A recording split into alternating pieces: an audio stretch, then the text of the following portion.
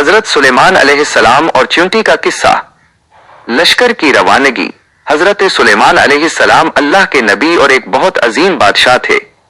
अल्लाह ताला ने उन्हें इंसानों, जिन्नों, परिंदों और जानवरों की जुबान समझने की ताकत अता फरमाई थी। एक दिन हजरत सुलेमान अलैहिस्सलाम अपने बहुत बड़े लश्कर के साथ एक सफर पर निकले। इस लश्कर में इंसान, जिन्नात और परिंदे सब शामिल थे। जब ये लश्कर चलता था तो दूर दूर तक उसका रोब छा जाता था।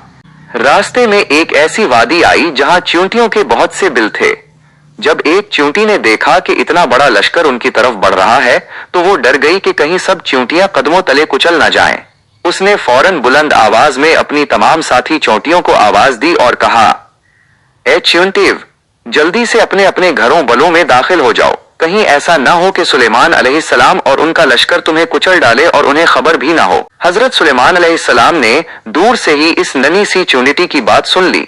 वो उसकी अक्लमंदी और अपनी कौम के लिए हमदर्दी देखकर मुस्कुरा दिए। उन्होंने फौरन अपने लश्कर को रुकने का हुक्म दिया ताकि चींटियां बेहिफाजत अपने बिलों में चली जाएं। इस मौका पर हजरत सुलेमान अलैहिस्सलाम ने अल्लाह का शुक्र अदा किया कि अल्लाह ने उन्हें एक छोटी सी मखलूक की बात समझने की तौफीक दी और उन्हें रहमे दिली का मौका दिया।